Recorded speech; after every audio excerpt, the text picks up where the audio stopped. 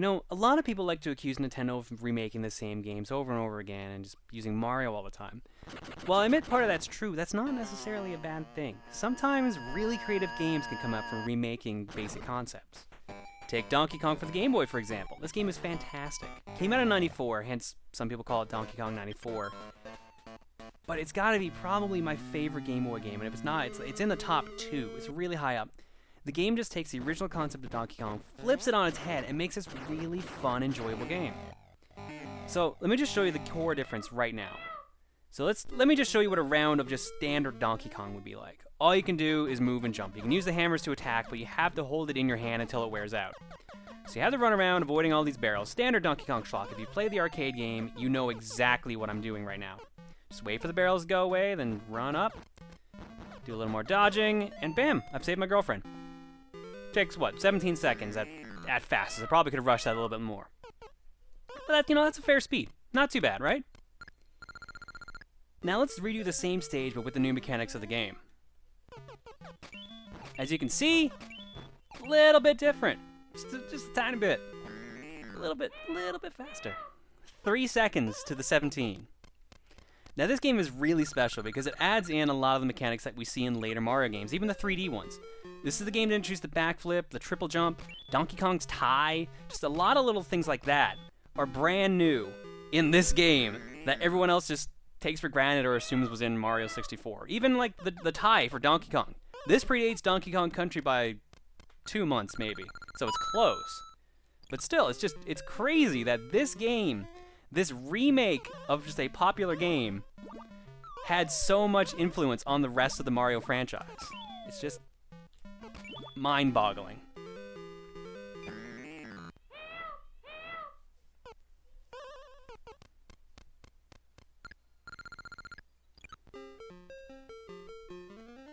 I think really the way this game works is that it's a good take on the original game, and it just, I guess this would be the equivalent of a remake like Pac-Man Championship Edition DX.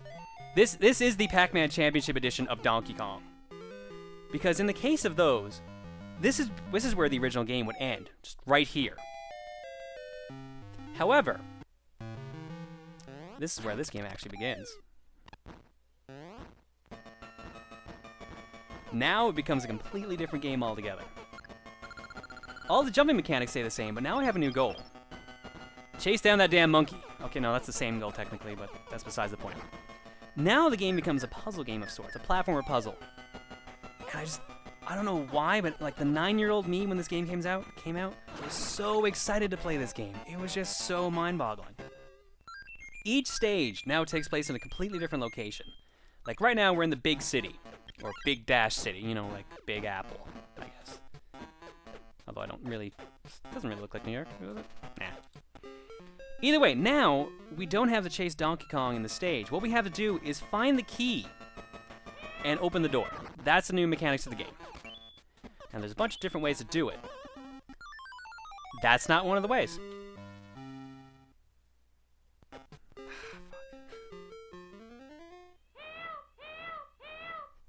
Now you can do all your flips and moves, and you can also attack enemies.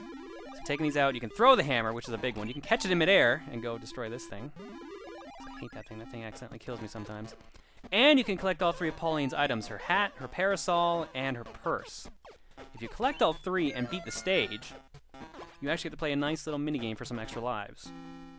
Which, usually I don't need, but at the way I've been playing during this recording session, I might need some. So there's 2 different games. There's a slot machine where really just mash it, you'll probably get something, usually a Mario head. And then there's just a roulette, which will give you anywhere from 1 to 3 lives.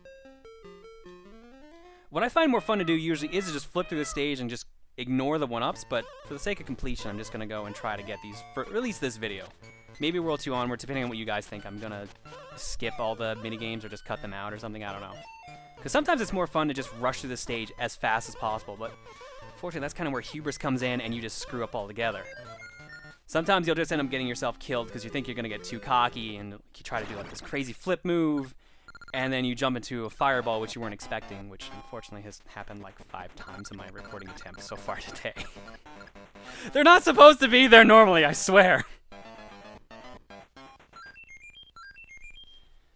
Okay, so the way this works, we do 3 normal stages, and then after we beat the stage, we have to fight Donkey Kong in some way, shape, or form.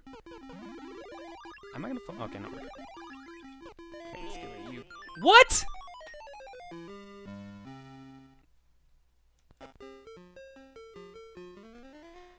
And thus is the problem with the hammer, is that it has 2 frames of animation, and if you get caught in that 1 frame, you get hurt.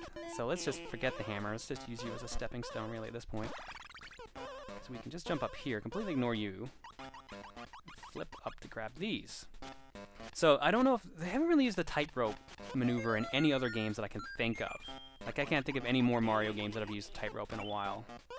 Super Mario Sunshine, I guess. That's actually, yeah, that's exactly it. I think that's the last game that used that mechanic was Super Mario Sunshine. So it is really weird to see all these mechanics just appear up in all these other games. You can tie the lineage of this game to almost any other Mario game that came out. Except for Mario Picross. Actually, no, you probably can. Hammer. There you go. Done. Solve the mystery. Alright, so this Donkey Kong stage is essentially a race. You have to try to get to Donkey Kong before you get crushed by random debris. So it usually helps to do little things like good old triple jump.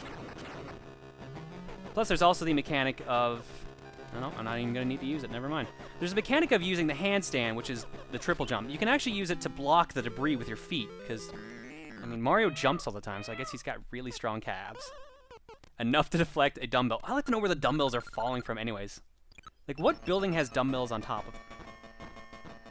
The other cool thing is every 4 stages you clear starts a little mini cutscene. And in pretty much every cutscene, they introduce a new mechanic.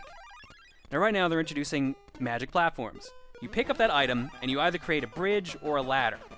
And later places like little tiny platforms you can jump on too. These will help you go over pits, as they just showed. It's a really cool way of having a tutorial without forcing you to read like 30 freaking blocks of text. I'm looking at every modern game that exists now. Even though that's really meant for the casual market. That's them trying to attempt to grab so many markets at once. So now, it plays this lovely little song. I love this song for some reason. I don't know why. I guess it's the simplicity of it. But this game, I don't know what it is about this game, actually. The music is really good in general in this game, too. One of my favorite songs is actually the You're Running Out of Time song, because it just sounds so manic. It's probably the most heartbeat, adrenaline-inducing song that Nintendo's done. Not that they usually aim for that anyways, but it caught me off guard as like a young kid. This game is just so impressive with me. That's why I'm like gushing over it like a crazy fanboy. And that's normally not how I am, so I apologize, but this game, I guess it's because I'm reliving my childhood, which is maybe why I enjoy LPing so much as it is, because in a way you are just reliving your childhood in the nerdiest way possible, but still counts, right? Oh, I'm not going to clear it.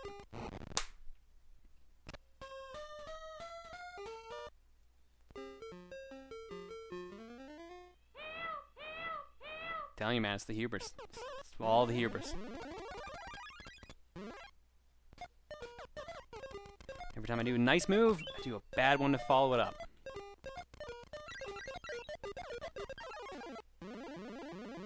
My favorite is trying to take the shortcut down this ladder and end up just falling on that flame instead, and I almost did it then by accident.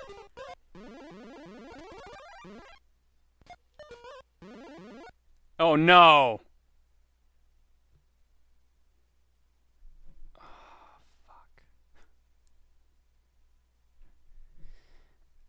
I'll be right back.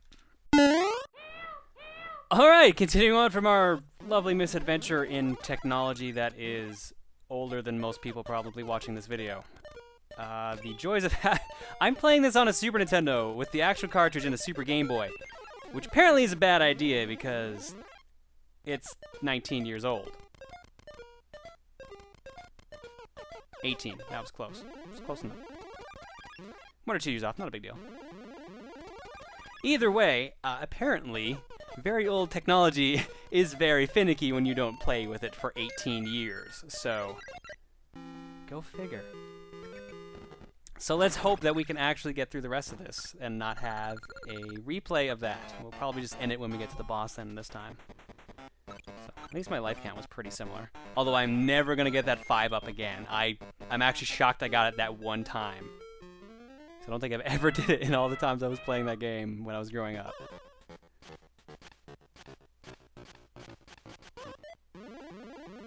Give you a little moonshot there while we jump over here. I don't remember what the name of these enemies are. I forget if the manual, actually. I think I have the manual for this game somewhere. I should read and see what the name of these enemies are, because I'm sure they're gems, probably like Walker or... No, it's probably just Walker, actually. Nintendo enemy names were not really creative in the Game Boy era for some reason. Unless you count Super Mario Land, where you had, like... Oh, man, what was the name of the final boss from Super Mario Land? That guy had, like, a crazy name. He was basically a Japanese demon. Even though, for some reason, you were fighting him in the air in Egypt. Well, I'm pretty much back up the same life count. That's good, at least. Let's fight Donkey Kong! This time it's not a chase. It is an actual battle. So I've hit him with 3 barrels. That's why I'll use my handstand here to kick a barrel right into place. And I should be able to land perfectly to grab these other 2. It's flawless, which means I will screw it up because I just said it was flawless. No, I actually did it right. Oh, I'm impressed with myself. I didn't jinx it for once. Which probably means the cartridge is gonna crash right now. Alright, and because of that, we're gonna start our globe-trotting session. Now we're leaving the big city and heading straight to the forest, while we get introduced to the mechanics of switches and how they work. Like, Donkey Kong seems really surprised that Mario knows how to use a switch. And I think we'll call it here for now because I'm afraid of the game crashing again. It's probably decent anyways. We got through 12 levels. So, put M's everywhere, save, and let's fly out of the big city. And I will see you guys next time in Donkey Kong when we go tackle the forest. Which is a lot more stages than I remember. See you guys then.